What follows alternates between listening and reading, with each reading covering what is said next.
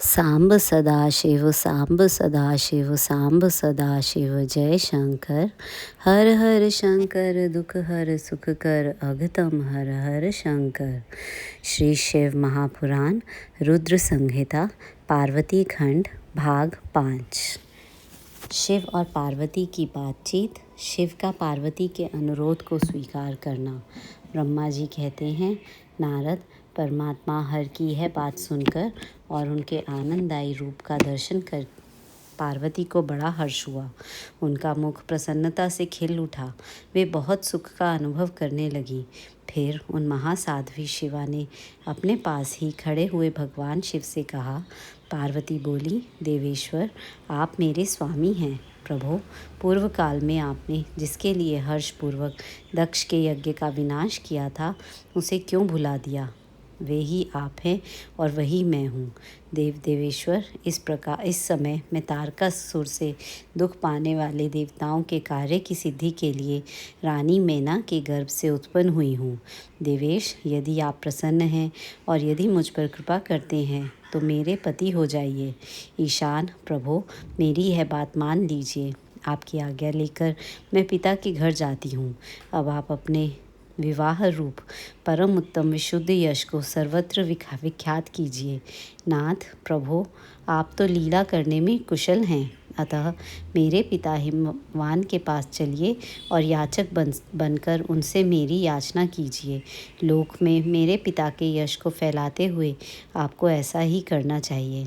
इस तरह आप मेरे संपूर्ण गृहस्थाश्रम को सफल बनाइए। जब आप प्रसन्नतापूर्वक ऋषियों से मेरे पिता को सब बातों की जानकारी कराएंगे, तब मेरे पिता अपने भाई बंधुओं के साथ आपकी आज्ञा का पालन करेंगे, इसमें संदेह नहीं है। जब मैं पहले प्रजापति दक्ष की कन्या थी और मेरे पिता ने आपके हाथों में मेरा हाथ दिया, उस समय अपने शास्त्रोक्त विधि से विवाह का कार्य पूरा नहीं किया। मेरे पिता दक्ष ने ग्रहों की पूजा नहीं की, अतः उस विवाह में ग्रह पूजन विषयक बड़ी भारी त्रुटि रह गई। इसलिए प्रभु महादेव, अब की बार देवताओं के कार्य सिद्धि के लिए आप शास्त्रोक्त विधि से विवाह कार्य का संपादन करें। विवाह की जैसी रीति है उसका पालन आपको अवश्य करना चाहिए। मेरे पिता हिमवान को यह अच्छी तरह ज्ञात हो जाना चाहिए कि मेरी पुत्री ने शुभ कारक तपस्या की है। पार्वती की ऐसी बात सुनकर भगवान सदाशिव बड़े प्रसन्न हुए और उनसे हंसते हुए प्रेम पूर्वक बोले। शिव ने कहा, देवी महेश्वरी, मेरी यह उत्तम बात सुनो। यह उचित मंगल कारक और निर्दोष है। इसे सुनकर वैसा ही करो। वरानने, ब्रह्मा आदि जितने भी प्राणी हैं वे सब अनित्य हैं। भामिनी, यह सब जो कुछ दिखाई देता है इसे नश्वर समझो। मैं निर्गुण परमात्मा ही गुणों से युक्त हो एक से अनेक हो गया हूँ। जो अपने प्रकाश से प्रकाशित होता है वही परमात्मा मैं दूसरे के प्रकाश से प्रकाशित होने वाला हो गया। देवी, मैं स्वतंत्र हूँ, परंतु तुमने मुझे परतंत्र बना दिया। समस्त कर्मों को करने वाली प्रकृति एवं महामाया तुम ही हो। यह संपूर्ण जगत मायामय ही रचा गया है। मुझ सर्वात्मा परमात्मा ने अपनी उत्तम बुद्धि के द्वारा इसे धारण मात्र कर रखा है। सर्वत्र परमात्मा भाव रखने वाले सर्वात्मा पुण्यवानों ने इसे अपने भीतर सींचा है तथा यह तीनों गुणों से आवेष्टित है। देवी वरवर्णिनी, कौन मुख्य ग्रह है, कौन से ऋतु समूह है अथवा कौन दूसरे उपग्रह हैं? इस समय तुमने शिव के लिए क्या कहा है, किस कर्तव्य का विधान किया है? गुण और कार्य के भेद से हम दोनों ने इस जगत में भक्त वत्सलता के कारण भक्तों को सुख देने के हेतु अवतार ग्रहण किया है। तुम ही रज सत्व तमोमयी त्रिगुणात्मिका सूक्ष्म प्रकृति हो। सदा व्यापार कुशल सगुणा और निर्गुणा भी हो। सुमध्य में मैं यहाँ संपूर्ण भूतों का आत्मा निर्विकार एवं निरीह हूँ। भक्त की इच्छा से मैंने शरीर धारण किया है। शैलजे, मैं तुम्हारे पिता हिमालय के पास नहीं जा सकता तथा भिक्षुक होकर किसी तरह तुम्हारी उनसे याचना भी नहीं कर सकता। गिरिराज नंदिनी, महान गुणों से अत्यंत गौरवशाली महात्मा पुरुष भी अपने मुंह से देही अर्थात दो यह बात निकालने पर तत्काल लघुता को प्राप्त हो जाता है। कल्याणी, ऐसा जानकर हमारे लिए क्या कहती हो? भाद्र, तुम्हारी आज्ञा से मुझे सब कुछ करना है, अतः जैसी तुम्हारी इच्छा हो वैसा करो। महादेव जी के ऐसा कहने पर सती साध्वी कमल लोचना महादेवी शिवा ने उन भगवान शंकर को बारंबार भक्ति भाव से प्रणाम करके कहा। पार्वती बोली, नाथ, आप आत्मा हैं और मैं प्रकृति। इस विषय में विचार करने की कोई बात नहीं है। हम दोनों स्वतंत्र और निर्गुण होते हुए भी भक्तों के अधीन होने के कारण सगुण हो जाते हैं। शंभो, प्रभो, आपको प्रयत्नपूर्वक मेरी प्रार्थना के अनुसार कार्य करना चाहिए। शंकर, आप मेरे लिए याचना करें और हिमवान को दाता बनने का सौभाग्य प्रदान करें। महेश्वर, मैं सदा आपकी भक्ता हूँ, अतः मुझ पर कृपा कीजिए। नाथ, सदा जन्म जन्म से मैं ही आपकी पत्नी होती रही हूँ। आप पर ब्रह्म परमात्मा हैं, निर्गुण हैं, प्रकृति से परे हैं, निर्विकार हैं, निरीह एवं स्वतंत्र परमेश्वर हैं। तथापि भक्तों के उद्धार में संलग्न होकर यहाँ सगुण भी हो जाते हैं। स्वात्माराम होकर भी लीला विहारी बन जाते हैं, क्योंकि आप नाना प्रकार की लीलाएं करने में कुशल हैं। महादेव, महेश्वर, मैं सब प्रकार से आपको जानती हूँ। सर्वज्ञ, अब बहुत कहने से क्या लाभ, मुझ पर दया कीजिए। नाथ, महान अद्भुत लीला करके लोक में अपने सुयश का विस्तार कीजिए, जिसे गा गा कर लोग अनायास ही भवसागर से पार हो जाएं। ब्रह्मा जी कहते हैं, नारद, ऐसा कहकर गिरिजा ने महेश्वर को बारंबार प्रणाम किया और मस्तक झुकाकर हाथ जोड़ वे चुप हो गईं। उनके ऐसा करने पर महात्मा महेश्वर ने लोक लीला का अनुसरण करने के लिए वैसा करना स्वीकार कर लिया। पार्वती जी ने जो कुछ कहा था उसी को प्रसन्नतापूर्वक करने के लिए उद्यत होकर वे हंसने लगे। तदनंतर हर्ष से भरे हुए शंभु अंतर ध्यान हो कैलाश को चले गए। उस समय काली के विरह से उनका चित्त उन्हीं की ओर खिंच गया था। कैलाश पर जाकर परमानंद में निमग्न हुए महेश्वर ने अपने नंदी आदि गणों से वह सारा वृतांत कह सुनाया। ये भैरव आदि सभी गण भी वह सब समाचार सुनकर अत्यंत सुखी हो गए और महान उत्सव करने लगे। नारद, उस समय वहाँ महान मंगल होने लगा। सबके दुख नष्ट हो गए और रुद्रदेव को भी पूर्ण आनंद प्राप्त हुआ। पार्वती का पिता के घर में सत्कार, महादेव जी की नटलीला का चमत्कार, उनका मीना आदि से पार्वती को मांगना और माता पिता के इनकार करने पर अंतर्ध्यान हो जाना। ब्रह्मा जी कहते हैं, नारद, भगवान शंकर के अपने स्थान को चले जाने पर सखियों सहित पार्वती भी अपने रूप को सफल करके महादेव जी का नाम लेती हुई पिताजी के घर चली गईं। पार्वती का आगमन सुनकर मीना और हिमाचल दिव्य रथ पर आरूढ़ हो हर्ष से विह्वल होकर उनकी अगवानी के लिए चले। पुरोहित, पुरवासी, अनेकानेक सखियाँ तथा अन्य सब संबंधी भी आ पहुँचे। पार्वती के सारे भाई मैनाक आदि बड़े हर्ष के साथ जय जयकार करते हुए उन्हें घर ले आने के लिए गए। इसी बीच में पार्वती अपने नगर के निकट आ गई। नगर में प्रवेश करते समय शिवा ने माता पिता को देखा, जो अत्यंत प्रसन्न और हर्ष से विह्वल चित्त होकर दौड़े चले आ रहे थे। उन्हें देखकर हर्ष से भरी हुई काली ने सखियों सहित प्रणाम किया। माता पिता ने पूर्ण रूप से आशीर्वाद दे पुत्री को छाती से लगा लिया और ओ मेरी बच्ची ऐसा कहकर प्रेम से विह्वल हो रोने लगे। तत्पश्चात अपने घर की दूसरी स्त्रियों तथा भाभियों ने भी बड़ी प्रसन्नता के साथ प्रेम पूर्वक उन्हें भुजाओं में भरकर भेंटा। देवी, तुमने अपने कुल का उद्धार करने वाले उत्तम कार्य को अच्छी तरह सिद्ध किया है। तुम्हारे सदाचरण से हम सब लोग पवित्र हो गए। ऐसा कहकर सब लोग हर्ष के साथ पार्वती की भूरी भूरी प्रशंसा करते हुए उन्हें प्रणाम करने लगे। लोगों ने चंदन और सुंदर फूलों से शिवा देवी का सानंद पूजन किया। उस अवसर पर विमान पर बैठे हुए देवताओं ने पार्वती को नमस्कार करके उन पर फूलों की वर्षा करते हुए स्तुति की।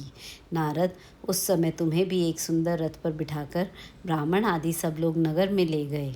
फिर ब्राह्मणों, सखियों तथा दूसरी स्त्रियों ने बड़े आदर के साथ शिवा का घर के भीतर प्रवेश कराया। स्त्रियों ने उनके ऊपर बहुत सी वस्तुएं न्यौछावर की। ब्राह्मणों ने आशीर्वाद दिए। मुनीश्वर पिता हिमवान और माता मैना को बड़ी प्रसन्नता हुई। उन्होंने अपने गृहस्थ आश्रम को सफल माना और यह अनुभव किया कि कुपुत्र की अपेक्षा सुपुत्री ही श्रेष्ठ है। गिरिराज ने ब्राह्मणों और वंदीजनों को धन दिया और ब्राह्मणों से मंगल पाठ कराया। मुने इस प्रकार पार्वती के साथ हर्ष भरे माता पिता भाई तथा भौजाइयाँ भी घर के आंगन में प्रसन्नतापूर्वक बैठीं।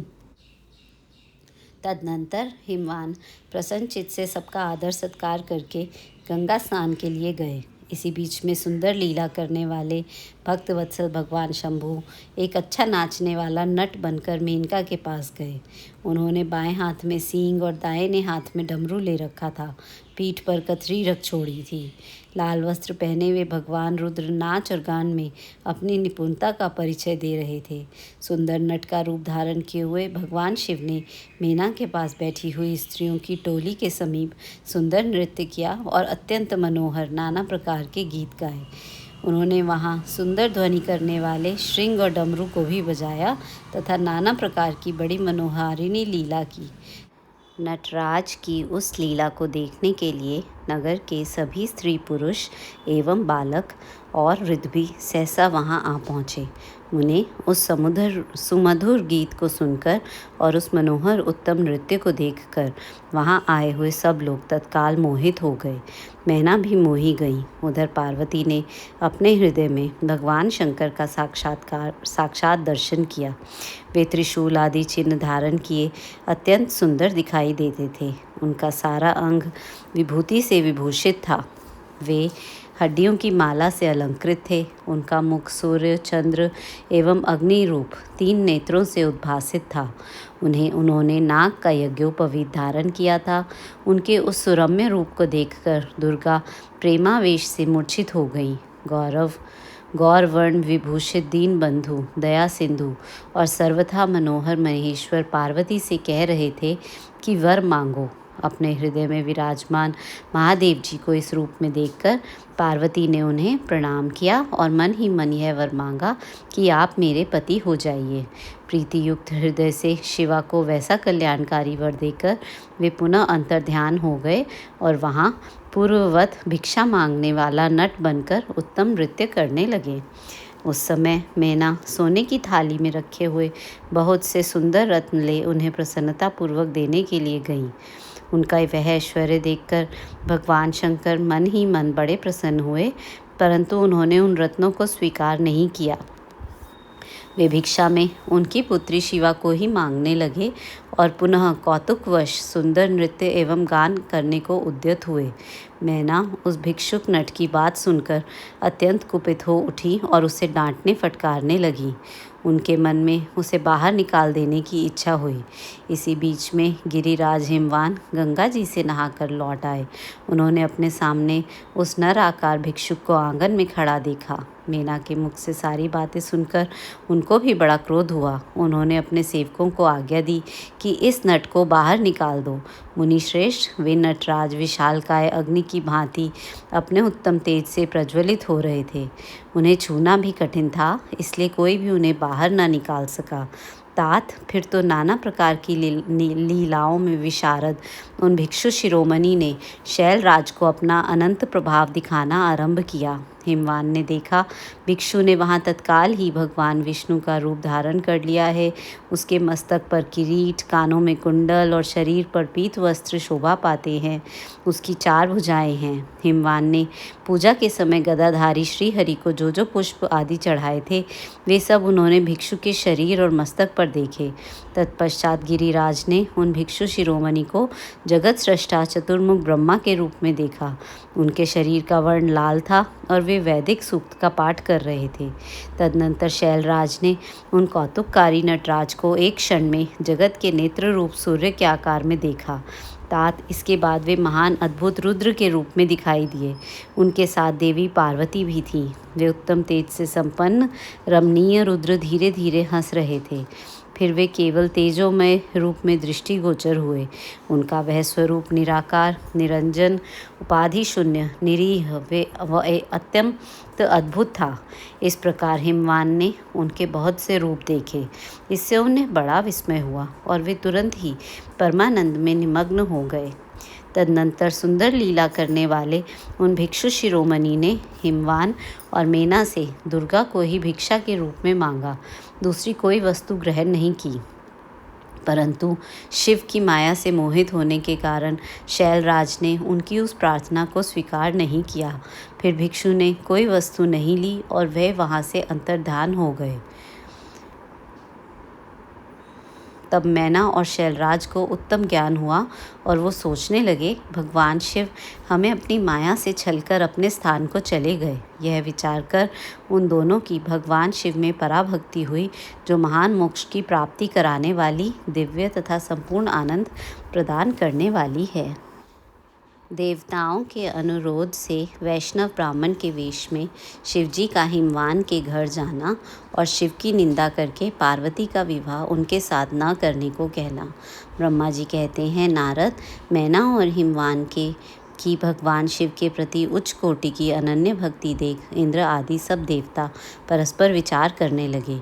तदनंतर गुरु बृहस्पति और ब्रह्मा जी की सम्मति के अनुसार सभी मुख्य देवताओं ने शिवजी के पास जाकर उनको प्रणाम किया और वे हाथ जोड़कर उनकी स्तुति करने लगे।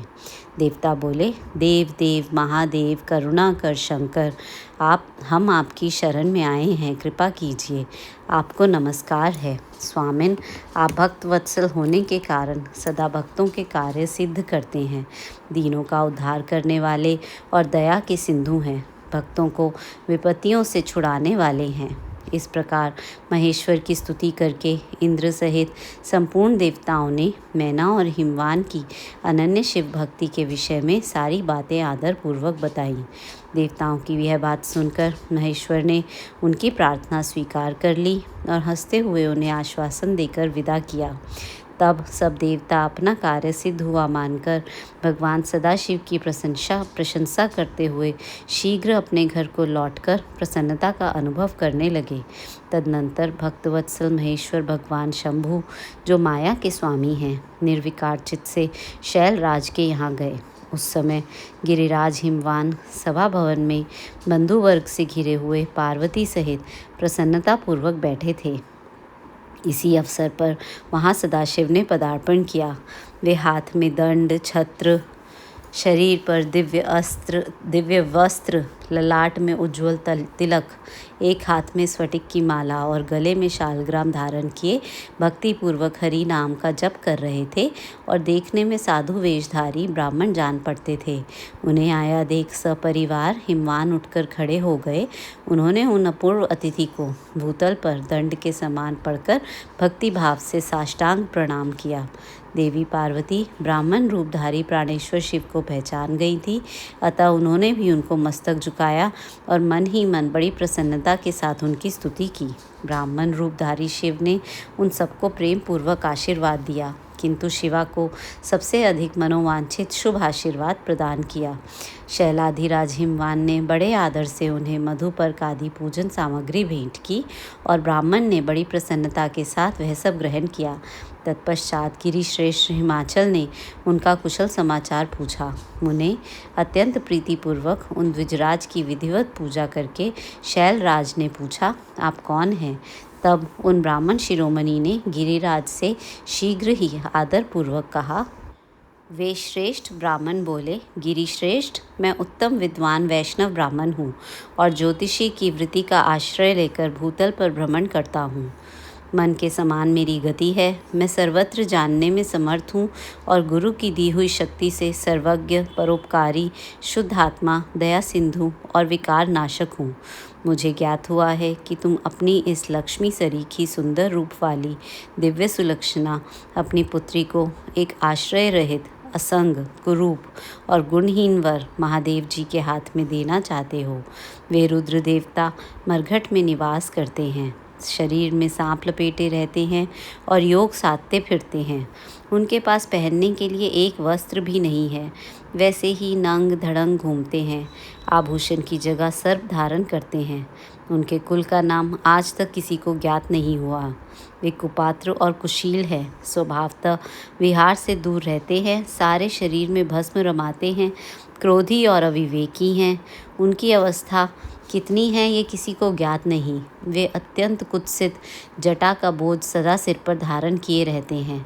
वे भले बुरे सबको आश्रय देने वाले, भ्रमणशील, नागहारधारी, भिक्षुक, कुमार्ग परायण तथा हठपूर्वक वैदिक मार्ग का त्याग करने वाले हैं। ऐसे अयोग्य वर को आप अपनी बेटी ब्याहना चाहते हैं? अचल राज, अवश्य ही आपका यह विचार मंगलदायक नहीं है। नारायण कुल में उत्पन्न ज्ञानियों में श्रेष्ठ गिरिराज, मेरे कथन का मर्म समझो। तुमने जिस पात्र को ढूंढ रखा है वह इस योग्य नहीं है कि उसके हाथ में पार्वती का हाथ दिया जाए।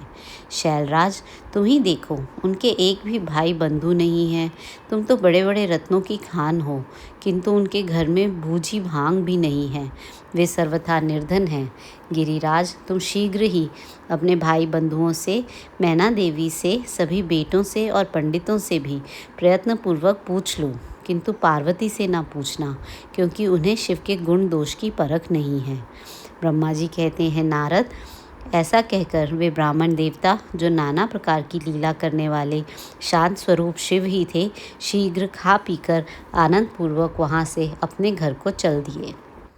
मैना का कोप भवन में प्रवेश, भगवान शिव का हिमवान के पास सप्तर्षियों को भेजना तथा हिमवान द्वारा उनका सत्कार, सप्तर्षियों तथा अरुंधति का और महर्षि वशिष्ठ का मैना और हिमवान को समझाकर पार्वती का विवाह भगवान शिव के साथ करने के लिए कहना। ब्रह्मा जी कहते हैं, ब्राह्मण रूपधारी शिव जी के वचनों का मैना के ऊपर बड़ा प्रभाव पड़ा और उन्होंने दुखी होकर पति से कहा, गिरिराज, इन वैष्णव ब्राह्मण ने शिव जी की जो निंदा की है उसे सुनकर मेरा मन उनकी ओर से बहुत खिन्न एवं विरक्त हो गया है। शैलेश्वर, रुद्र के रूप, शील और नाम सभी कुत्सित हैं। मैं उन्हें अपनी सुलक्षणा पुत्री कदापि नहीं दूंगी। यदि आप यह मेरी बात नहीं मानेंगे तो मैं निस्संदेह मर जाऊंगी। अभी इस घर को छोड़ दूंगी अथवा विष खा लूंगी। पार्वती के गले में फांसी लगाकर गहन वन में चली जाऊंगी अथवा उसे महासागर में डुबो दूंगी, परंतु अपनी बेटी को रुद्र के गले नहीं मढ़ूंगी। ऐसा कहकर मैना तुरंत कोप भवन में चली गई और अपने हार को फेंककर रोती हुई धरती पर लौट गई। इधर भगवान शिव को इस बात का पता लगा। तब उन्होंने अरुंधति सहित सप्तऋषियों को बुलाया तथा मैना के पास जाकर उन्हें समझाने की आज्ञा दी। शिव जी का आदेश प्राप्त कर भगवान शिव को नमस्कार करके वे दिव्य ऋषि आकाश मार्ग से उस स्थान को चल दिए जहाँ हिमवान की नगरी थी। उस दिव्यपुरी को देखकर उन सप्तर्षियों को बड़ा विस्मय हुआ। वे हिमाचलपुरी की परस्पर प्रशंसा करते हुए सब ऐश्वर्यों से भरे पूरे हिमवान के घर जा पहुँचे। उन सूर्य तुल्य तेजस्वी सातों ऋषियों को दूर से आकाश के रास्ते आता देख हिमवान को बड़ा विस्मय हुआ। वे बोले, ये 7 सूर्य तुल तेजस्वी मुनि मेरे पास आ रहे हैं। मुझे प्रयत्नपूर्वक इस समय इनकी पूजा करनी चाहिए। सबको सुख देने वाले हम गृहस्थ लोग धन्य हैं, जिनके घर पर ऐसे महात्मा पदार्पण किया करते हैं। ब्रह्मा जी कहते हैं, इसी समय वे मुनि आकाश से उतरकर पृथ्वी पर खड़े हो गए। उन्हें सामने देख हिमवान बड़े आदर के साथ आगे बढ़े और हाथ जोड़ मस्तक झुकाकर उन सप्तर्षियों को प्रणाम करके पश्चात उन्होंने बड़े सम्मान के साथ उन सब की पूजा की तथा उन्हें आगे करके कहा, मेरा गृहाश्रम आज धन्य हो गया।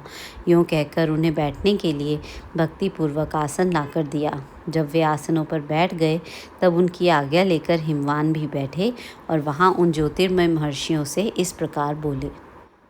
हिमवान ने कहा, आज मैं धन्य हूँ, कृतकृत्य हूँ।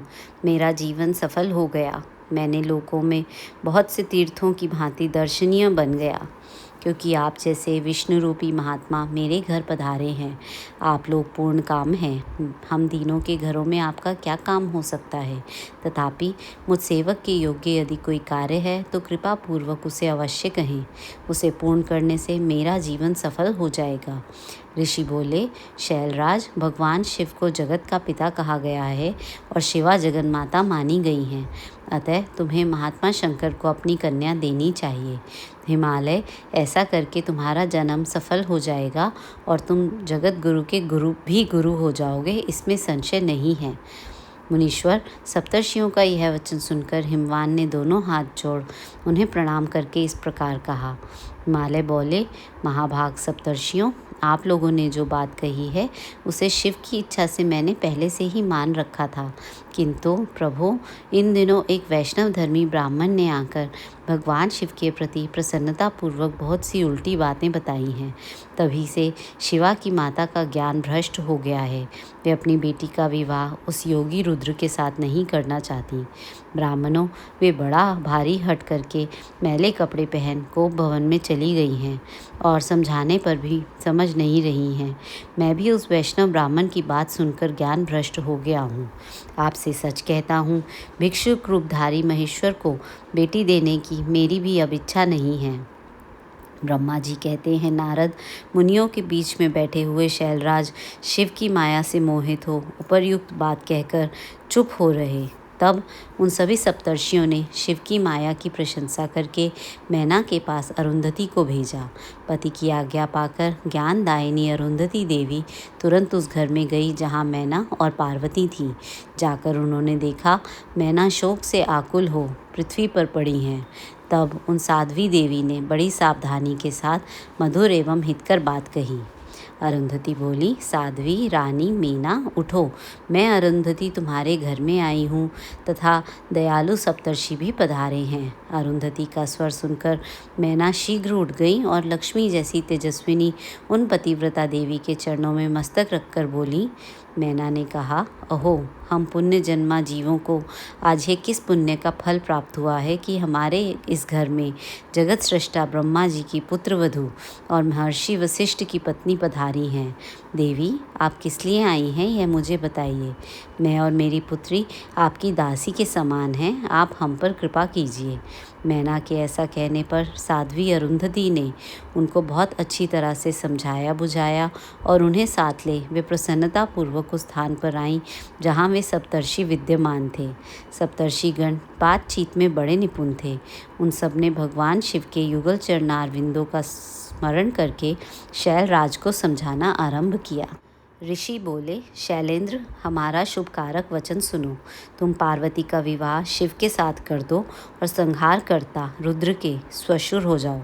शंभु सर्वेश्वर हैं, वे किसी से याचना नहीं करते। स्वयं ब्रह्मा जी ने तारकासुर के विनाश के लिए एक वीर पुत्र उत्पन्न करने के उद्देश्य को लेकर भगवान शिव से यह प्रार्थना की है कि वे विवाह कर लें।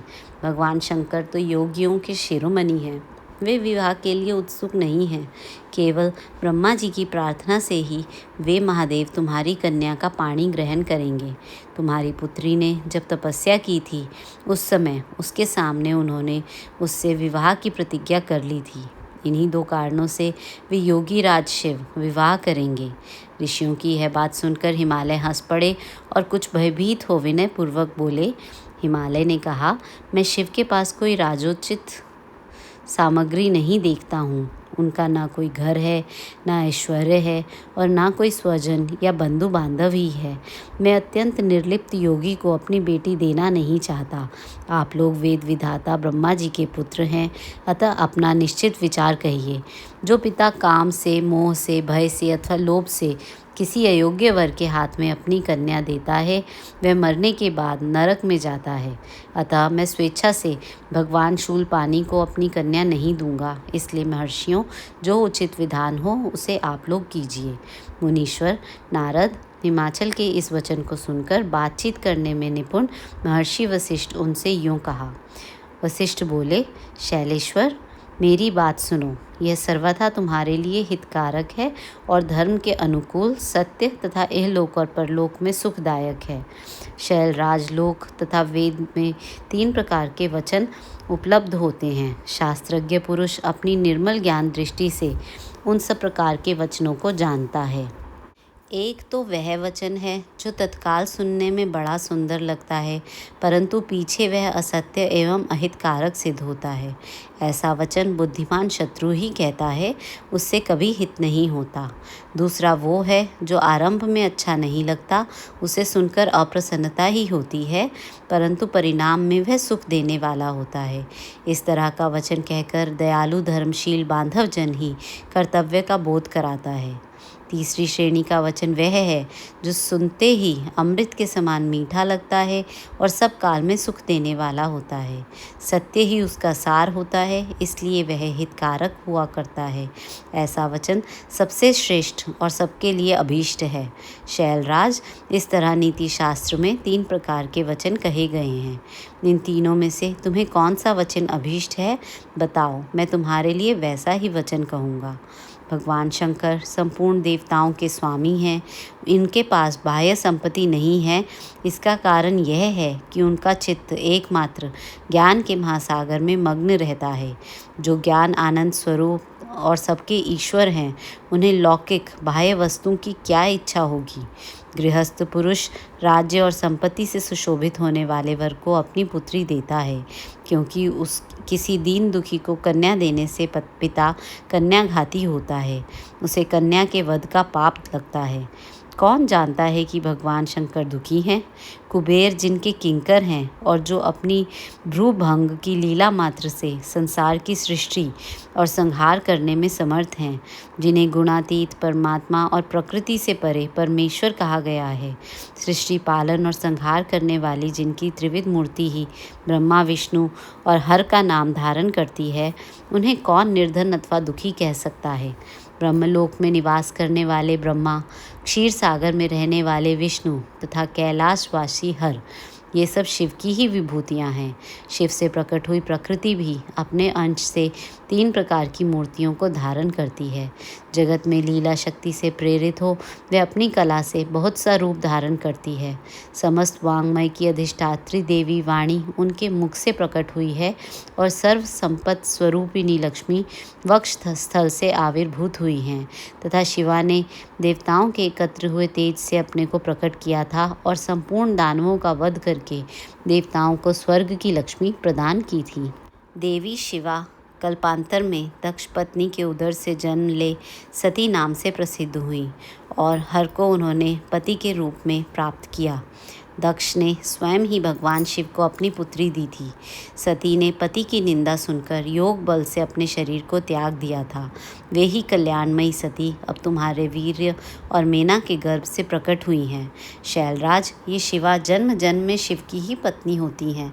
प्रत्येक कल्प में बुद्धि रूपा दुर्गा ज्ञानियों की श्रेष्ठ माता होती हैं। ये सदा सिद्ध, सिद्धिदायिनी और सिद्धि रूपिणी है। भगवान हर चिता भस्म के रूप में सती के अस्थि चूर्ण को ही स्वयं प्रेम पूर्वक अपने अंगों में धारण करते हैं।